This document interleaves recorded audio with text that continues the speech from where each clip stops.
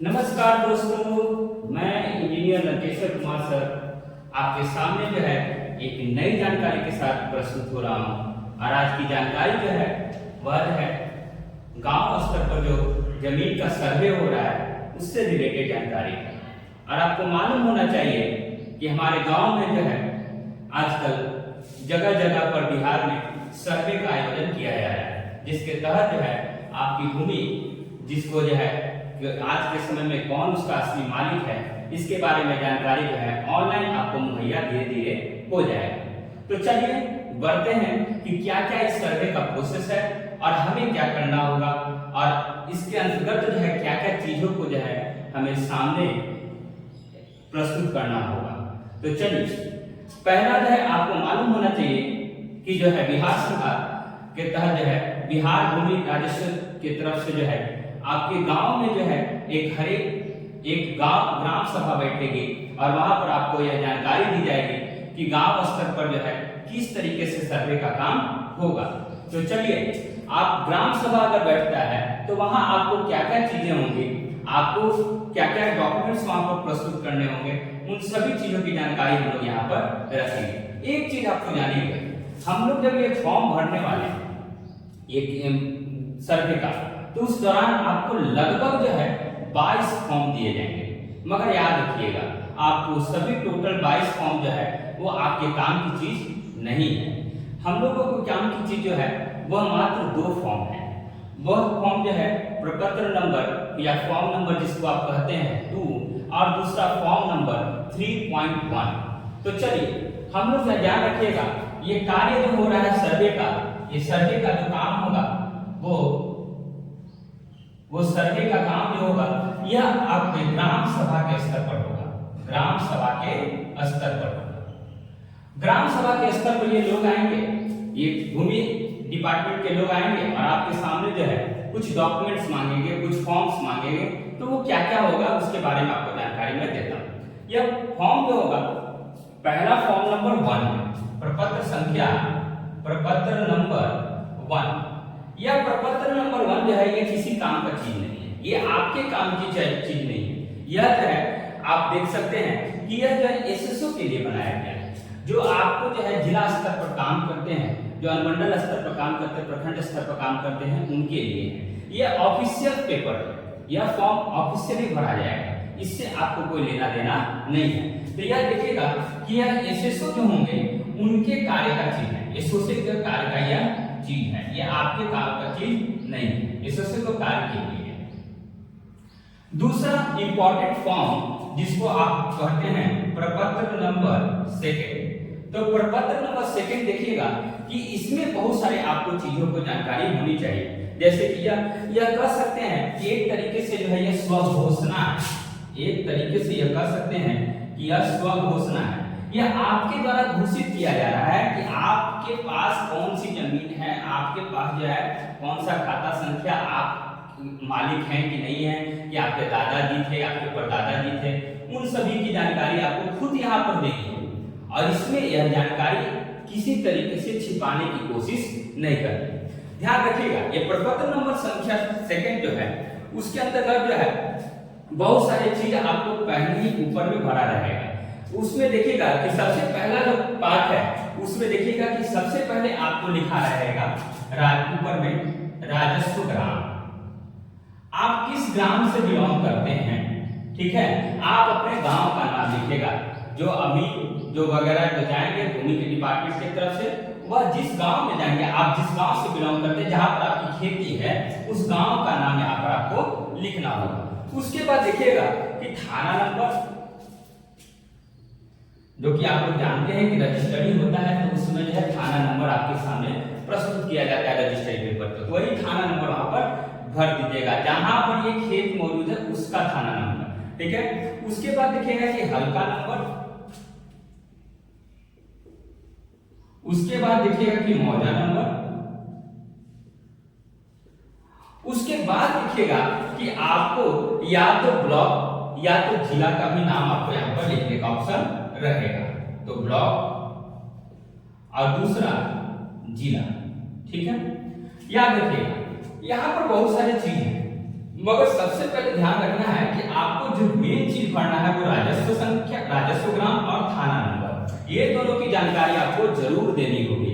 ये सब चीजों की जानकारी अगर आपको नहीं है कि किस हल्का में मेरा खेत पड़ता है, किस हल्का मेरी भूमि पड़ती है, किस मौजा संख्या क्या है, ब्लॉक और जिला तो आप जानते ही हो क्योंकि आपका जो गांव है वह किस ब्लॉक के अंतर्गत आता है और किस जिला के अंतर्गत आता है, तो इन दोनों की जानकारी आप दे सकते हैं। इन दोनों की जानकारी अगर आपके पास नहीं है तो इस कॉलम को आप जो है ऊपर में ही दिया रहता है फॉर्म के ऊपर में, उसको आप जो है कुछ भी नहीं भरने के यहाँ पर कर सकते हैं, यहाँ पर कुछ भी नहीं भर सकते हैं। अगला ध्यान दीजिएगा, ये तो आपको फॉर्म के ऊपर में रहेगा, प्रपत्र संख्या 2 के ऊपर सब घोषणा है और उसके अंतर्गत आपको ऊपर में दिया रहेगा, ठीक है। अब इसके अंतर्गत जो बहुत सारे पॉइंट्स हैं, ठीक है, उसकी जानकारी आपको देनी होगी। पहला जो है इसके अंतर्गत ये प्रपत्र नंबर 2 के अंतर्गत है, पहला पॉइंट आता है, वह आता है आपका जो है रैयत का नाम। इस कहने का मतलब आप लोग समझते होंगे रैयत का नाम। अब आप लोग कहिएगा कि रैयत का नाम इस क्या भरना है? रैयत का नाम में इस आपको यह भरना है कि आपको मालूम है कि आपके पिताजी के, आपके दादाजी के, आपके परदादा जी के ऊपर खेत, ठीक है, मगर ध्यान रखिएगा इसमें आपको जिसके ऊपर खेत करना है, अगर आप हैं तो आपके ऊपर, ठीक है। तो अगर मान लेते हैं कि मेरे ऊपर जो है, मेरे दादाजी पिताजी के ऊपर जो है खेत मेरा है, तो अगर मुझे मेरे नाम पर भूमि करना है तो मैं अपना नाम यहाँ पर भरूंगा। तो रैयत के नाम में आपको खुद का नाम भरना है, ठीक है। दूसरा, उसमें देखिएगा कि पिताजी का नाम, तो रैयत के नाम के बाद पिता का नाम, अगर हम हैं चाहे आप हैं तो आपके पिताजी का नाम यहाँ पर आपको भरना होगा। सेकेंड पॉइंट में आपको जो है पिताजी का नाम भरना है। तीसरा पॉइंट देखिएगा कि जो है आपको स्थायी पता भरना है। तीसरा पॉइंट में आप देखिएगा कि आपको स्थायी पता भरना है। जैसे कि देखिए मैं यहाँ पर मसौरी में रहता हूँ, ठीक है, मगर मेरा भूमि जो है वह जो है जहानाबाद के अंतर्गत जो है एक गांव में पड़ता है, तो मैं जहानाबाद के गांव को क्लेम करने के लिए मैं जहानाबाद का एड्रेस नहीं भरूंगा। मैं अगर मेरे पास आधार कार्ड यहाँ का है, ठीक है, तो मैं खुद का स्थायी पता जो है, परमानेंट एड्रेस जो है, मैं वहाँ यहाँ का भरूंगा जो मसौरी का है, ठीक है। तो स्थायी पता जहाँ पर आप निवास करते हैं और जहाँ से आपका जो वोटर ID कार्ड या तो फिर आपको जो है आधार कार्ड ये सब बना हुआ है, वही का आपको एड्रेस आपको बना है। तो आपको कोशिश करना चाहिए कि जो आपका आधार कार्ड पर जो चीजें हैं उसी एड्रेस में यहाँ पर भरिएगा, कोई दिक्कत नहीं होगी। आपका गांव कहीं भी आपका खेत हो, ठीक है, आपको एड्रेस, आपको स्थायी पता देना है जहां पर आप रहते हैं। अगला पॉइंट जो है यहाँ पर देखिएगा खाता नंबर, ठीक है। तो आपको देखिएगा कि खाता नंबर, जिसको आप लोग अंग्रेजी में बोलते हैं क्या, प्लॉट नंबर, ठीक है। तो खाता नंबर आपको भरना है। उसके बाद आप ध्यान रखिएगा खेसरा नंबर, ठीक है, खेसरा नंबर, ठीक है। तो खाता नंबर, खेसरा नंबर, आपको मालूम नहीं है कि आपकी भूमि का खाता नंबर क्या है, खेसरा नंबर क्या है, तो आप ध्यान रखिए इस चीज का आप जो है डाटा जो है अपने खतियान से ले सकते, ठीक है। तो आपको देखिएगा कि दो तरीके की भूमि होती है, एक खतियान भूमि होती है, केवला भूमि होती है, और नहीं तो तीसरा जो है वो पर्चा भूमि होती है जो सरकार के द्वारा अनुदान के रूप में दिया जाता है। तो हम लोग ज्यादातर लोग जो होते हैं वो खेती युक्त भूमि ही करते हैं, जिसको हम लोग खतियान के नाम से जानते हैं। तो ये खाता नंबर और खेसरा नंबर यह दोनों आपको जो है कहां से भरना है, खतियान से। तो ये आप दोनों खतियान से अपने भर दीजिएगा, खतियान से, ठीक है, यह ध्यान रखिए खाता नंबर और खेसरा नंबर। अगला जो पॉइंट है वह है आपका रकबा, भूमि आपकी कितनी है, रकबा, ठीक है। और ये रकबा जो है आपको फॉर्म में 2 रूप में दिया गया है। पहला जो है वह आपको जो है एकड़ के रूप में दिया गया है, और नहीं तो दूसरा आपको डिसिमिल के रूप में दिया गया है। दूसरा आपको किस रूप में दिया गया है, डिसिमिल के रूप में, ठीक है। तो या तो आपको एकड़ में भरना है या तो फिर डिसिमिल में भरना है। मगर ध्यान रखिएगा हम लोग जब गांव प्रदेश में रहते हैं तो हम एकड़, डिसिमिल ये सब की जानकारी हमें नहीं होती है। हम लोग किसके रूप में बात करते हैं, कट्ठा के रूप में बात करते हैं, धूर के रूप में बात करते हैं। तो आप जो है जानकारी अगर एकड़ में नहीं है, डिसिमिल में नहीं है, तो आप कोशिश कीजिए कि कट्ठा धूर में जो जानकारी है वो दे दीजिए। मगर अगर आपके पास कोई अमीन अगर सहयोग करते हैं और आपको जो है जिस भूमि का जो है आपको जो है कट्ठा धूर अगर मालूम है, उसके अकॉर्डिंग आपके गांव के अनुसार जो है क्या उसकी स्थिति है, कितने एकड़ की वो भूमि है, कितने डेसिमल की वो भूमि है, अगर वो जानकारी अगर प्राप्त हो जाती है तो आप कोशिश कीजिएगा कि रकबा को जो है एकड़ और डेसिमल में भरिएगा। नहीं, अगर आपके पास जानकारी उपलब्ध नहीं होती है तो आप कट्ठा या धूर में भी जानकारी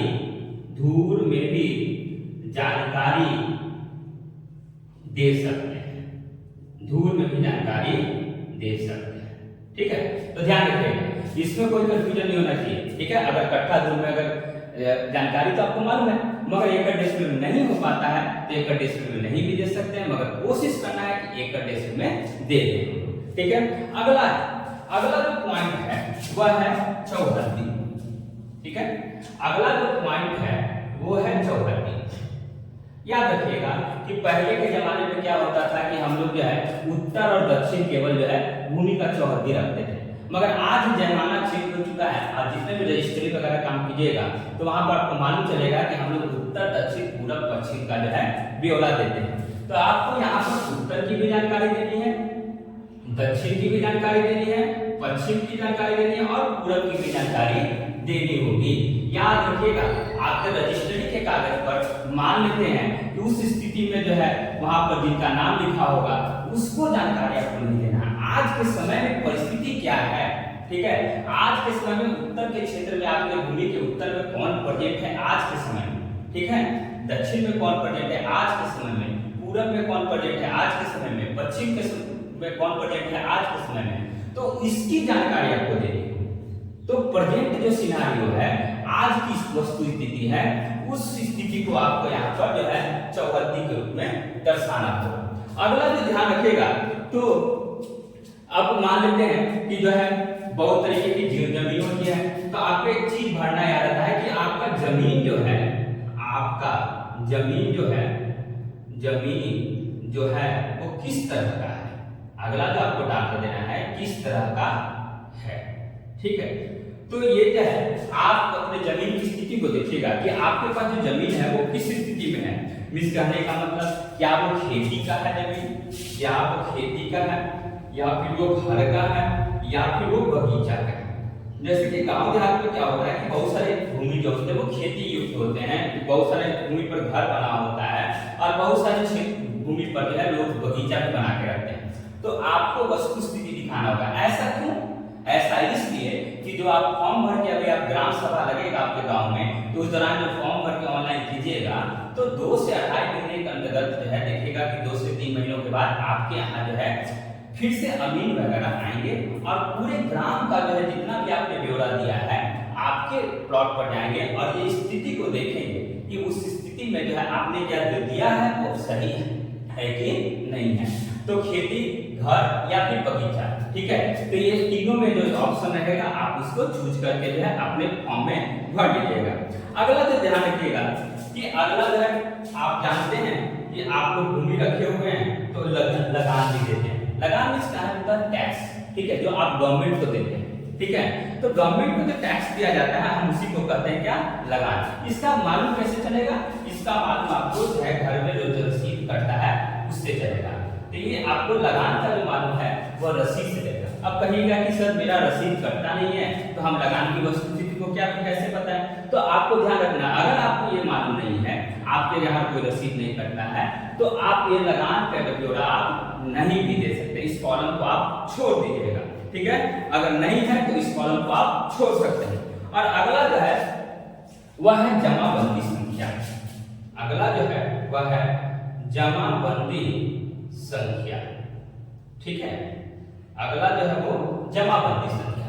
अब जमाबंदी संख्या आपको मालूम है कि यह जो है 3 से 4 अंकों का होता है। 2 तरीके से आपको निकलता है। एक तो ऑफलाइन, जो आप जो है मान लेते हैं कि कोई ऑफिस में जाइएगा, भूमि रजिस्ट्री ऑफिस में, तो वहां आपको जो है क्या करते हैं, हाथ से काट के रसीद करता है, ठीक है। तो उस स्थिति में जो है आपको ऑफलाइन रसीद करता है।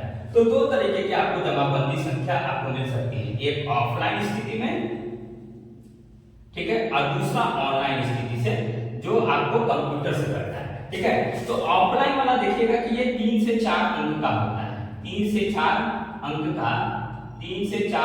का होता है, ठीक है। और ये ऑनलाइन वाला जो होता है वो 10 से 12 अंक का होता है, 10 से 12 अंक का होता है।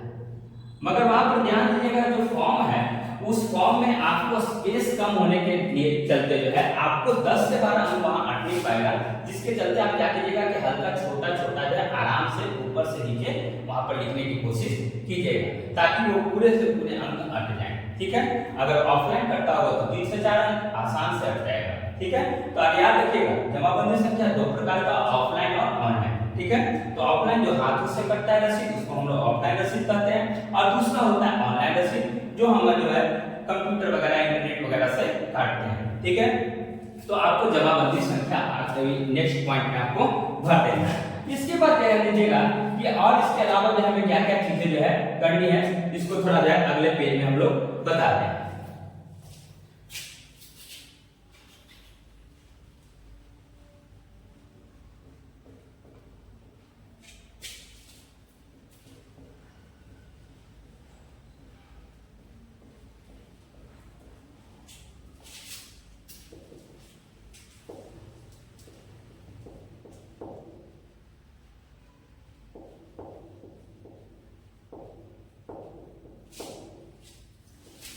तो ध्यान दीजिए अगला जो पॉइंट है वह है भूमि का दावा।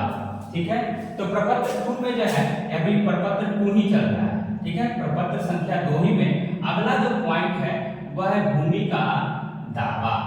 भूमि का दावा।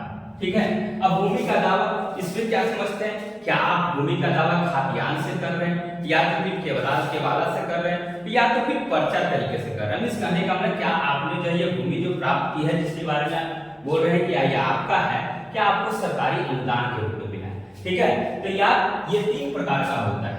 यह जो होता है एक खाद्यान्न से हो सकता है, ठीक है, दूसरा केवाला से हो सकता है और तीसरा जो है वो पर्चा के माध्यम से हो सकता है जो सरकारी अनुदान के रूप में आपको मिला होगा। ठीक है, अगला जो है अभियुक्ति।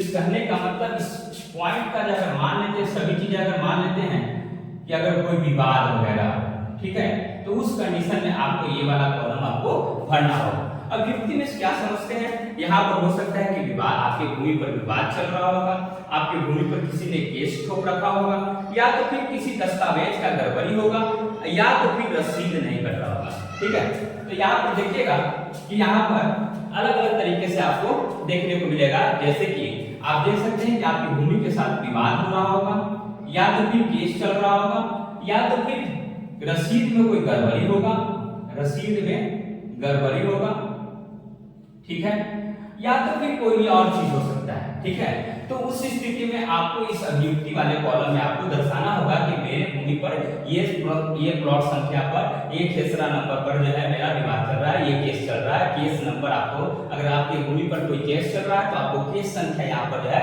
निरूपित करना होगा कि आपको दर्शाना होगा कि this case number is for this land. ठीक है, तो इस भूमि के लिए जो ये केस संख्या है, तो इसके देखिए आप जितना भी जानकारी दीजिएगा वो आपके लिए फायदेमंद होगा। कारण यह है कि अगर आप किसी जानकारी को छिपाते हैं और किसी स्थिति में जो है आपको मान लेते हैं कि किसी स्थिति में आपका जो है भूमि से रिलेटेड कोई केस वगैरह जिसको आपने नहीं दर्शाया और आप पता चल जाता है भूमि डिपार्टमेंट के लोगों को, तो उस स्थिति में आपको जो है भारी दिक्कत का सामना करना पड़ सकता है। ठीक है, तो ध्यान रखिए ये सर्वे का काम जो है ये सरकार की तरफ से आपको सुरक्षित करने के लिए, आपके भूमि को सुरक्षित करने के लिए और आपके भूमि का जो विवाद है उसको निपटारा करने के लिए किया जा रहा है। ठीक है, तो ज्यादा से ज्यादा आप अपने भूमि के बारे में जानकारी यहाँ पर दीजिएगा। ठीक है, अब देखिएगा कि जो है इसके बाद आपको जो है एक ये प्रपत्र 2 यहाँ पर कंप्लीट हो जाता है। अब प्रपत्र नंबर 3.1 आप प्रपत्र संख्या 3 मत मांगिएगा। प्रपत्र का मतलब जानते फॉर्म, ठीक है, तो फॉर्म नंबर 3 मत मांगिएगा दुकान वालों से। ठीक है, वो आपको देगा ही नहीं क्योंकि प्रपत्र संख्या 3 होता ही नहीं। ठीक है, तो आप प्रपत्र 3.1 मांगिएगा। ये क्या है, ये देखिएगा कि जो है 2 तरीके से होता है। ठीक है, एक देखिएगा कि ये शेड्यूल तरीके से हो सकता है और दूसरा आपका जो है संयुक्त खाता। जैसे कि आप देखिए मान लेते हैं कि आप अपनी भूमि को जो है अब अपने नाम पर रखना चाहते हैं। ठीक है, और नहीं तो आप यह चाह सकते हैं कि हम अगर 3 भाई हैं तो तीनों साथ में भूमि को भी कुछ दिन तक और रखेंगे। तो उस स्थिति में जो है आपको जो है ये प्रपत्र संख्या जो है वो आपको 2 स्थिति में भरना होगा, या तो फिर वो शेड्यूल तरीके से भरना होगा, ठीक है, या तो फिर संयुक्त तरीके से। ठीक है, तो मान लेते हैं कि अगर आप तीनों भाई हैं और तीनों एक ही संख्या में खाता संख्या वगैरह रखना चाहते हैं तो उस कंडीशन में आपको संयुक्त खाता आपका बनेगा। अगर मान लेते हैं कि आप अकेले अपने भूमि को बांट के अपना जो है निपटारा अभी ही कर लेना चाहते हैं तो उस कंडीशन में शेड्यूल तरीके से आपका जो है काम होगा। तो जैसे कि प्रपत्र संख्या 3.1 जैसे कि प्रपत्र संख्या 2 में आप लोगों ने भरा था रैयत का नाम है, पिता का नाम है, कि खाता संख्या है, खेसरा संख्या है, उन्हीं चीजों को आपको फिर से यहाँ पर प्रपत्र नंबर 3.1 में भरना है। ठीक है, अगर मान लेते हैं कि आप तीनों भाई साथ में रखना चाहते हैं भूमि को तो उस स्थिति में संयुक्त तरीके से आपको जो है एक फॉर्म को भरना होगा। तीनों का आपको जो है बायोडाटा देना होगा, पिताजी का नाम वगैरह वगैरह सभी चीजें आपको वैसे जैसे कि वहां पर पहले प्रपत्र संख्या 2 में किया गया था उसी तरीके से आपको भरना होगा। चेंज यही होगा कि शेड्यूल वाला इंडिविजुअल के लिए होता है, अकेले के लिए होता है, और संयुक्त वाला जो है सब मिलजुल कर जो है चलाना चाहते हैं उस स्थिति के लिए होता है। ठीक है, याद रखना है यह प्रपत्र संख्या 3.1 किनको भरना चाहिए, यह सभी को नहीं भरना है, ध्यान रखिएगा, यह सभी को नहीं भरना है। जिनके पूर्वज वगैरह जो है गुजर चुके हैं, जिनके नाम पर भूमि थी, ठीक है, जिनके नाम पर भूमि थी, मान लेते हैं कि मेरे स्थिति में ले लीजिए, अगर मेरे दादाजी के नाम पर सारी भूमि थी और अभी तक मेरे पिताजी के पास वो भूमि नहीं आई है तो उस स्थिति में मुझे ये फॉर्म भरना होगा। अगर मान लेते हैं कि मेरे दादाजी अगर जिंदा है, ठीक है, तो उस स्थिति में मान लेते हैं कि सभी चीजों का अगर उनके सामने हो रहा है तो इस स्थिति में प्रपत्र संख्या 3.1 नहीं भरना है। ठीक है, तो अगर किन्हीं के पूर्वज जिनके नाम पर भूमि था और वो गुजर चुके हैं उस स्थिति में उन लोगों को प्रपत्र संख्या 3.1 भरना है। ठीक है, तो ध्यान रखिएगा। अब जो है यह उन्हीं को भरना है जिनके असली मालिक जो है जिनका देहांत हो गया है। ठीक है, तो जिनके असली पूर्वज जो है वो गुजर चुके हैं, जिनके नाम पर वह भूमि थी, यह अब देखिएगा। अब इस प्रपत्र संख्या 3.1 को क्या समझा जाए तो इसको हम इस तरीके से समझ सकते हैं कि यह वंशावली ही समझ लीजिए कि है, एक तरीके से समझिए कि अब आप वंशावली बना रहे हैं। ठीक है, यहाँ पर सभी आपको जो है पूर्वज से लेके जिनके नाम पर भूमि थी वहां से लेके अभी तक की स्थिति आपको बताना होगा। उनके बेटा कौन हुए, फिर उनके बेटा कौन हुए, उनकी बेटी कौन कौन है, सभी ब्यौरा आपको यहाँ पर देना होगा। साथ में यह समझ सकते हैं कि यह जो है बंटवारा का भी फॉर्म है, या तो फिर इसको समझिए कि वंशावली का फॉर्म है या तो फिर इसको समझ सकते हैं बंटवारा का फॉर्म है। ठीक है, तो दो तरीके से इस फॉर्म को प्रपत्र संख्या 3.1 को समझा जा सकता है। अब देखिएगा कि इसमें भरना क्या है, तो भरना वही चीज है जो प्रपत्र संख्या 2 में भरा गया है। ठीक है, वही चीज है, टोटल्स वही चीज है, बस यही अंतर है कि जो जिनके पूर्वज जिनके नाम पर भूमि था और वो गुजर चुके हैं उन व्यक्तियों को प्रपत्र संख्या 3.1 भरना है, और जिनके पूर्वज अभी जिंदा है, जिनके नाम पर भूमि है वो भी जिंदा है, उनको प्रपत्र संख्या 3.1 नहीं भरना है। ठीक है, इसमें एक एक्स्ट्रा जो है वो पूर्वज का नाम, ठीक है, याद रखिएगा। अगर मान लेते हैं कि मेरी स्थिति में देखा जाए तो मेरे दादाजी तो नहीं है, तो उस स्थिति में जो है अगर दादाजी के नाम मेरे पास जमीन है तो वो उसमें जो है यहाँ पर मैं दादाजी के नाम को इंगित करना होगा, इंगित करना होगा। ठीक है, उनको दर्शाना होगा कि मेरे दादाजी का नाम क्या था, और उसके बाद पिताजी का, पिताजी के बाद बाकी भाई बहनों का सभी ब्यौरा हमको देना होगा। याद रखिएगा, दादा हो परदादा हो सभी की स्थिति को आपको दर्शाना होगा। ठीक है, अब देखिए, अब ये प्रपत्र संख्या 3.1 में आपको वंशावली लगाना है। ठीक है, अब ये वंशावली कैसे बनेगा, बहुत लोग जो है आपको जो है कह सकते हैं कि ये वंशावली बना देंगे, कुछ पैसा दे दो, ऐसी स्थिति में मत फंसिएगा। आप खुद से एक कागज लीजिएगा और उस पर आप अपना नाम, अपने पूर्वज का नाम और पूर्वज से आज तक की जो स्थिति है उसको दर्शाइएगा, किसी चीज को नहीं छिपाइएगा। खास करके याद रखिएगा, अगर आपके पिताजी के जो है एक पुत्री भी है, एक पुत्र भी है, तो सभी को दर्शाना है। पुत्री के नाम को, बेटी के नाम को भी आपको दर्शाना होगा। क्यों? क्योंकि आप लोगों को मालूम है कि सुप्रीम कोर्ट का वर्डिक्ट आ चुका है कि जो है भूमि में जो है बेटियों की भी हिस्सेदारी होगी। यह अलग बात है कि बेटियां अगर ये चाह लें कि जो है मेरे भाई को जो है सारी भूमि दे दिया जाए, अगर उनके रजामंदी से अगर सभी चीजें होती हैं तो कोई बात नहीं। ठीक है, तो आपको मगर दर्शाना है वंशावली के रूप में कि ये मेरे दादाजी, परदादाजी, दादाजी, उसके बाद पिताजी, उसके बाद जो है बेटा और बेटी। ठीक है, तो इस तरीके से आपको वंशावली बनाना, जैसे कि देख लीजिए वंशावली अगर आपको बनाना है तो इस तरीके से आप समझ लीजिएगा वंशावली अगर बनाना है। ठीक है, तो आप खुद से क्या कीजिएगा, या आप दादाजी का नाम लिखिएगा, दादा के बेटा होंगे, एक बेटा है तो एक बेटा 1। ठीक है, यहाँ मान लीजिए दूसरा बेटा होंगे तो बेटा 2। ठीक है, उसके बाद बेटा 1, आपके पिताजी बेटा 1 है। ठीक है, तो आप यहाँ पर लिख लीजिएगा कि आपका नाम हो गया, बेटा हो गया, इनका बेटा हो गया, इनका बेटी हो गया। तो इस तरीके से जो है आपके यहाँ को दर्शाना होगा। तो पूर्वज से लेके आज तक की वस्तुस्थिति आपके पास क्या है, उस सभी चीजों को यहाँ पर इंगित आपको करना होगा। और ये खुद सेल्फ सर्टिफाइड होगा। इस कहने का मतलब जैसे कि आप लोग कागज वगैरह नौकरी वगैरह के लिए करते हैं तो अटेस्टेड करते हैं, ठीक है। तो आपको इस चीज को सेल्फ अटेस्टेड करना है और इसमें आपको साइन करना होगा और साथ में यह भी आपको लिखना होगा कि इसमें दी गई जानकारी सभी सही है। क्यों, अगर मान लेते हैं कि इसमें कोई दी गई जानकारी गलत है तो उसके लिए मैं जिम्मेवार हूं, ठीक है। इस बात का ध्यान रखना है आपको कि आप यहाँ पर कोई भी जानकारी जो है गलत तरीके से न दीजिएगा, ठीक है।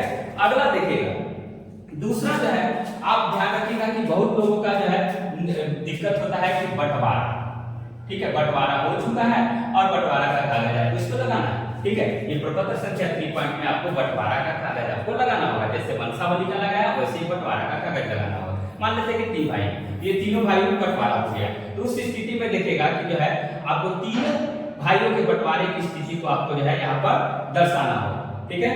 अब देखिएगा कि जो है अगर विवादित है, ठीक है, अगर विवादित है तो उस स्थिति में जो है आपको क्या करना है, ठीक है। तो एक खाता बनेगा, अगर विवाद है किसी भूमि पर तो एक खाता बनेगा। इस कहने का मतलब मान लेते हैं कि मेरे भाइयों से अगर कोई विवाद है, ठीक है, तो उस स्थिति में जो है यह खाता जो है सभी के नाम से संयुक्त तरीके से यहाँ पर बनाया जाएगा ताकि जो है आगे चल के कोई विवाद न हो, ठीक है। अब देखिएगा कि प्रपत्र संख्या 4, तो अब देखिएगा हम लोग प्रपत्र संख्या 4 पर चलते हैं, ठीक है। अब देखिएगा कि प्रपत्र संख्या 4 क्या है, ठीक है।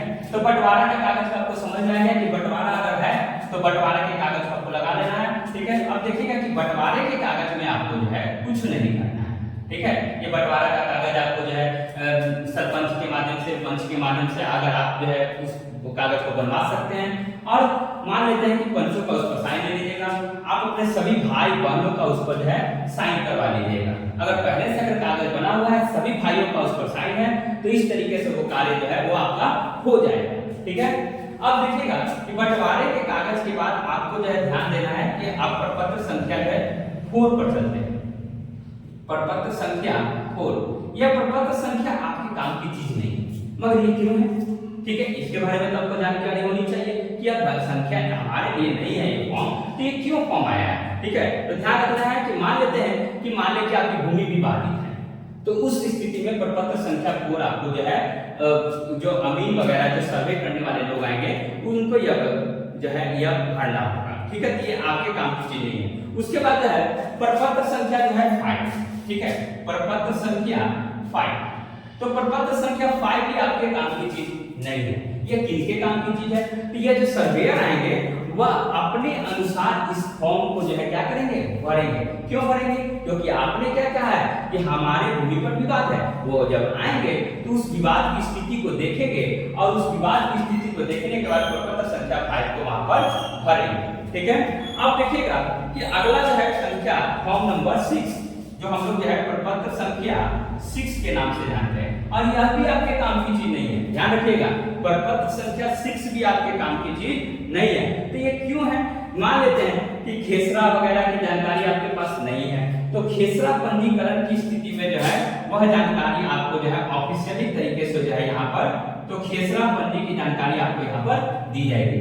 ये किसके लिए था, ये सर्वेयर्स के लिए था, ठीक है, जो आपके गांव में जो है सर्वेयर्स के लिए, ठीक है। तो जो आपके गांव में जो है सर्वे करने के लिए आए हैं उनके लिए फॉर्म है, ठीक है। अगला ध्यान रखिएगा कि जो है प्रपत्र संख्या 7, ठीक है, प्रपत्र संख्या 7 यह भी आपके काम की चीज नहीं है, ठीक है।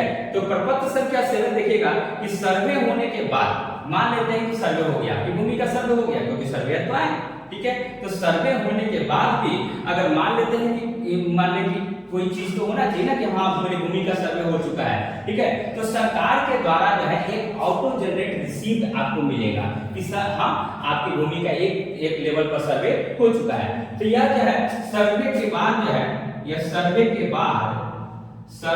बाद एक ऑटो जनरेट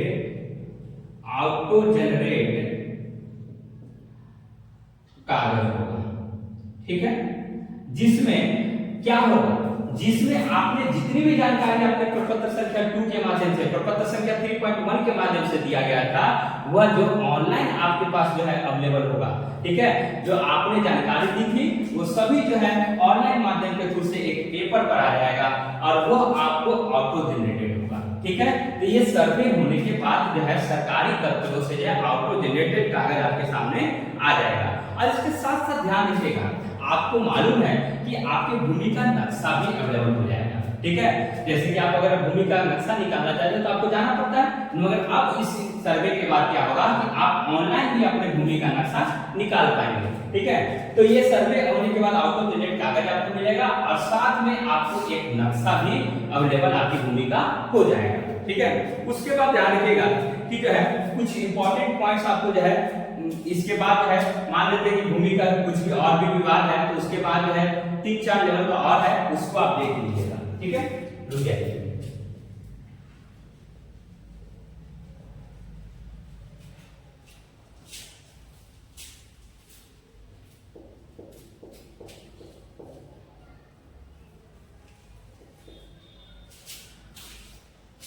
तो याद रखिएगा, अगला जो है वह फॉर्म नंबर 8 है।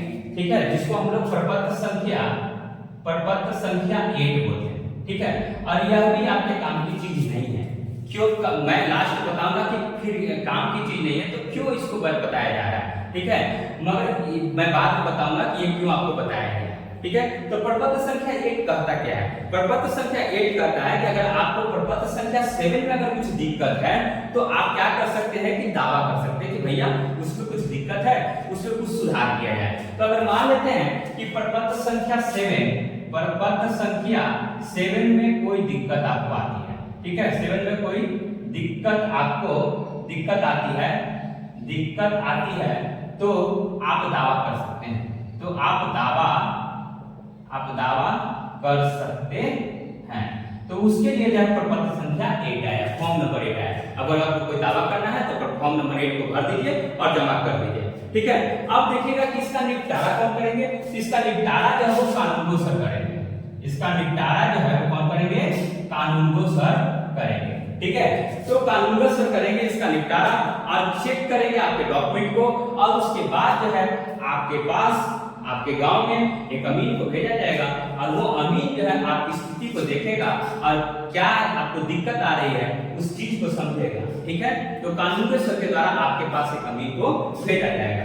अब उसके बाद जो है मान लेते हैं कि वो अमीन गया है, उसके बाद जो है आपके सर्वे का काम फिर से किया है तो उसके बाद जो है एक रिसीविंग दिया जाएगा और वो आपको किस रूप में मिलेगा? प्रपत्र संख्या 9 के रूप में मिलेगा। और वो किसका रिसीविंग होगा? प्रपत्र संख्या 8 का रिसीविंग होगा। प्रपत्र संख्या 8 का रिसीविंग होगा। ठीक है, तो ध्यान रखिएगा, प्रपत्र संख्या 8 में आपने दावा किया, प्रपत्र संख्या 7 का, और आपके पास सर ने भेजा है कानून सर ने, तो आपके पास अमीन जाएगा और प्रपत्र जब जाएगा तो वो आपको रिसीविंग देगा कि हाँ भैया मैं आपके पास आया था, लीजिए सर, अगर मांगेंगे तो दे दीजिएगा। तो आपको रिसीविंग दिया जाएगा प्रपत्र संख्या 9 के माध्यम से। ठीक है, उसके बाद आता है प्रपत्र संख्या 14। ठीक है, 10, 11, 12, 13 कोई काम का नहीं है, इसी चलते जो है हम लोग प्रपत्र संख्या 14 पर डायरेक्ट चलते हैं। वो आपके काम की चीज नहीं, वो ऑफिशियल काम का चीज है। ठीक है, तो प्रपत्र संख्या 14। अब प्रपत्र संख्या 14 में क्या कहता है? अगर मान लेते हैं कि प्रपत्र संख्या 9 में फिर से गलती आ गई। ठीक है, तो प्रपत्र संख्या 9 में गलती का दावा। ठीक है, गलती का दावा, जैसे आपने प्रपत्र संख्या 8 में प्रपत्र संख्या 7 में गलती का दावा किया था, अब प्रपत्र संख्या 14 में अगर मान लेते हैं प्रपत्र संख्या 9 में गलती किया गया है उस अमीन के द्वारा, तो उस स्थिति में आप प्रपत्र संख्या 14 को भर दीजिए और फिर से जो है आप दावा कीजिए कि भैया मेरी भूमि की स्थिति में फिर से गड़बड़ी हो गई है। ठीक है, तो अब उसके लिए जो है प्रपत्र संख्या जो है 16 आएगा। ठीक है, प्रपत्र संख्या 16 आएगा। अब ध्यान रखिएगा कि प्रपत्र संख्या 14 जो है वह जो है आपको जो है दावा किया गया था 9 में गलती के लिए। अब जो है प्रपत्र संख्या 16 जो है वो किसके द्वारा काम किया जाएगा? अब ये जो है एसएसओ के द्वारा, अब कानूनों की स्थिति से तय हो चुका है। ठीक है, कानूनों के लेवल से ऊपर आ चुका है मैटर। ठीक है, तो अब जो है ये प्रपत्र संख्या 16 जो है ये प्रपत्र संख्या 14 जो दावा आप कीजिएगा, ठीक है, अब ये किसके पास जाएगा और इसका निपटारा कौन करेंगे? एसएसओ सर, ठीक है। तो एसएसओ सर के पास ये मैटर जाएगा और वो जो फिर से हम इनको भेजेंगे और प्रपत्र संख्या जो है 16 जो है आपको भरा जाएगा। अब प्रपत्र संख्या 16 में क्या है? ये प्रपत्र संख्या 14 का रिसीविंग है, जैसे यहाँ पर था रिसीविंग था, ठीक है। तो प्रपत्र संख्या 14 का रिसीविंग है, ठीक है। तो ये दूसरा लेवल है एसएसओ सर के लेवल पर, ये कानून सर के लेवल पर, ठीक है। तो प्रपत्र संख्या 14, प्रपत्र संख्या 16, ठीक है। अब यहाँ ध्यान रखिएगा कि जो है यह निपटारा जो है लगभग आपको मौका दिया जाएगा एसओसी सर के द्वारा, जो है लगभग आपको 30 से 40 दिन का मौका मिलेगा, ठीक है। 30 से 40 दिन का समय आपको मिलेगा, ठीक है, समय मिलेगा, ठीक है। आपको एसओसी सर के द्वारा बोला जाए कि आप ये डॉक्यूमेंट रेडी रखिए, हम लोग 30 से 40 दिनों के भीतर जो है आपके यहाँ जो है पहुंचेंगे, आप इसके अकॉर्डिंग जो है सभी चीजों को हमसे शेयर कीजिएगा कि क्या आपको दिक्कत आ रही है, क्यों दिक्कत आ रही है, उन सभी चीजों को 30 से 40 दिनों में आपको निपटा दिया जाएगा, ठीक है। अगर मान लेते कि प्रपत्र संख्या 16 के बाद भी अगर कोई दिक्कत आ रही है तो उसके लिए नया एक फॉर्म आया है, क्या? प्रपत्र संख्या 20, ठीक है, प्रपत्र संख्या 20, ठीक है। तो प्रपत्र संख्या 20 क्या कहता है? प्रपत्र संख्या 20 कहता है कि फाइनल प्रकाशन, ठीक है। ये प्रपत्र संख्या 20 कहता है कि फाइनल प्रकाशन अब कर दिया जाएगा, ठीक है। 2 लेवल का चेक हो चुका है, प्रपत्र ए और प्रपत्र ए, ठीक है। तो 2 लेवल का चेकिंग आपके पास हो चुका है, अब आपको फाइनल प्रकाशन कर दिया जाएगा किस रूप में?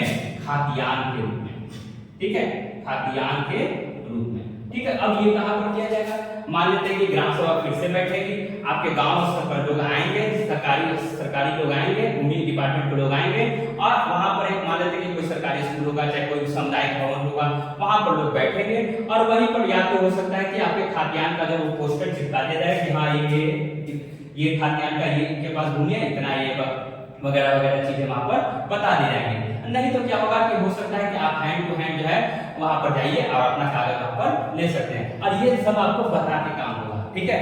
सभी चीजों को आपको पहले अनाउंसमेंट कर दिया जाए कि हाँ आपके गांव में जो है लोग आने वाले हैं, आप यहाँ पर जो है इस दिन को जो है इस दिन 2-4 दिनों के अंदर में जो है यहाँ पर आने की कोशिश कीजिएगा, ठीक है। तो प्रपत्र संख्या में आपको 20 में जो है फाइनल प्रकाशन कर दिया जाएगा खाद्यान्न का, ठीक है। अब प्रपत्र संख्या 22 मान लेते हैं, प्रपत्र संख्या 22 अब फाइनल प्रकाशन हो चुका, फिर से आपको दिक्कत आ रही है कि नहीं भैया मेरा तो फिर से दिक्कत है, अब ये तो प्रकाशन भी हो गया, इसमें भी दिक्कत आ रहा है, ठीक है। तो अब आप क्या कीजिएगा कि जो है प्रपत्र संख्या 22 के माध्यम से आपको लास्ट आपको जो है चांस दिया जा रहा है इस भूमि डिपार्टमेंट की तरफ से, ठीक है। तो फिर से दावा आपत्ति का आपको मौका मिलेगा, तो दावा आपत्ति का आपको मौका, फिर से दावा आपत्ति का मौका, ठीक है। ये लास्ट मौका आपको जो है भूमि डिपार्टमेंट की तरफ से मिलने वाला है। अब इसका निपटारा जो कितने दिनों में होगा? इसका निपटारा जो है 90 दिनों में होगा, इसका निपटारा जो है 90 दिनों में, ठीक है, 90 दिनों में निपटारा हो जाएगा, ठीक है। कोशिश किया जाएगा। अब ये किस लेवल पर होगा? जैसे कि यहाँ पर एसओ सर है, यहाँ पर कौन काम करने वाला है? एसओ सर, ठीक है। अब ये वहां ये जो है मान लेते हैं कि जो ब्लॉक स्तर पर बैठेंगे, ठीक है, तो उनके द्वारा जो है ये सीनियर ऑफिसर के द्वारा जो है ये काम किया जाएगा, ठीक है। तो यहाँ पे ये देखिएगा, अब इसके बाद भी कोई दिक्कत है, ये तो सभी संख्या सभी फॉर्म्स की चर्चा हमने यहाँ पे कर दी, फॉर्म नंबर 1 से लेकर फॉर्म नंबर 22 तक। अगर उसके बाद भी अगर आपको कोई दिक्कत है तो इसके लिए जो है आपको जो है राज्य का जो राजधानी पटना है वहां पर एक स्पेशल ट्रिब्यूनल बनाया गया है, ठीक है, और वहां पर जो है इन्हीं सब मैटर्स को सुना जाता है, ठीक है। तो आप अपने मैटर्स को लेके वहां पर जाइए और वहां पर जो है आपको जो है कोर्ट के माध्यम से आपको जो है न्याय मिलेगा, ठीक है। तो इसके बाद जो है आपको एक जो है पटना में जो है ट्रिब्यूनल है वहां पर आपको जो है आपत्ति दर्ज करानी होगी। आप ध्यान दें, अब इसमें जो है जितना भी जो है आपने कागज वगैरह जो जमा किया है, ठीक है, याद रखिएगा प्रपत्र संख्या 2 के माध्यम से आपने बहुत सारे कागज वगैरह जमा किए हैं, लगभग जो है बहुत सारे कागज, लगभग 15 से 20 कागज आपको डॉक्यूमेंट आपने जमा किया होगा, लगभग चाहे जमा करना पड़ेगा, ठीक है। तो उस दौरान देखिएगा कि आपको सभी का जेरॉक्स ले लेना है और साथ में जो है प्रपत्र संख्या 2 के साथ जो है आप सभी को असेंबल करके पिनअप करके चाहे किसी तरीके से उसको एक जो है फाइल में रख लीजिएगा, ठीक है। तो फाइल में डाल के उसको अच्छे तरीके से जमा कीजिएगा ताकि आपके सभी पेपर्स क्या रहें, सुरक्षित रहें। आप एक पेपर उधर हाथ में दीजिएगा, इधर उधर गिर जाएगा तो फिर दिक्कत हो जाएगा। ठीक है, तो आप कोशिश कीजिएगा कि आप सभी जो है पेपर्स को जो है एक फाइल में डालकर जो है जमा करने का कोशिश करना है। उसके बाद जो है ये सभी फॉर्म को भरने के बाद और फाइल में असेंबल करने के बाद आप अपने अमीन को जो है, जब आपकी ग्राम सभा बैठेगी, जब अमीन अपने आपके गांव में आएगा कार्य करने के लिए सर्वे का, तो उस दौरान आप ये डॉक्यूमेंट जब उस अमीन को दे दीजिएगा उस फाइल में लगाकर। अब देखिएगा कि वंशावली और बंटवारा ये आपको खुद ही बनाना है। आप इसके चक्कर में न पड़ेगा कि कोई मेरा वंशावली बना देगा, 100 रुपया 200 रुपया 300 रुपया जो भी चीजें हैं, ठीक है, ये सब चक्कर में नहीं पड़ना है। आपको ध्यान रखना है वंशावली खुद से बनाइए, पेपर को बनाइए, और मगर यह ध्यान रखना है आप उस वंशावली में किसी चीज को न छुपाइएगा। ठीक है, आपके बेटा भाई बहन जितने भी चीजें हैं उन सभी चीजों को वहां पर आपको बताना होगा। क्यों? क्योंकि अगर हो सकता है क्योंकि आपने सेल्फ अटेस्टेड किया और आपने लिखा है कि इसमें अगर मैंने कुछ जानकारी अगर गलत प्रस्तुत किया है तो कानूनी कार्रवाई भी आप पर की जा सकती है। तो वंशावली सही तरीके से आपको बनाने की कोशिश करना है। ठीक है, तो इस तरीके से देखिएगा कि हम लोगों ने जो है यहाँ पर जो है देख सकते हैं कि जो है हम लोग जो है सर्वे का काम आपके गांव में हो रहा है। तो आप लोग इस चीज पर ध्यान दीजिएगा और मेरे वीडियोस को जो है ज्यादा से ज्यादा लोगों तक जो है शेयर करने की कोशिश कीजिएगा, ताकि जो है गांव में बैठे हुए लोग जो जिनके पास जानकारी की अपेक्षाएं होती है, जानकारी वो चाहते हैं कि उनको जानकारी मिल जाए, तो ज्यादातर गांव के लोगों को ये बताने की कोशिश कीजिए और गांव स्तर तक जो है मेरे वीडियोस को जो है भेजने की कोशिश कीजिएगा। और हमारे चैनल को लाइक सब्सक्राइब शेयर कर दीजिएगा ताकि गांव देहात के लोग भी मुझे जान सके और मेरी बातों को जो है मैं अपने बातों को उनको तक उन्हें पहुंचाने में सफल हो सकूं। तो धन्यवाद, थैंक यू वेरी मच।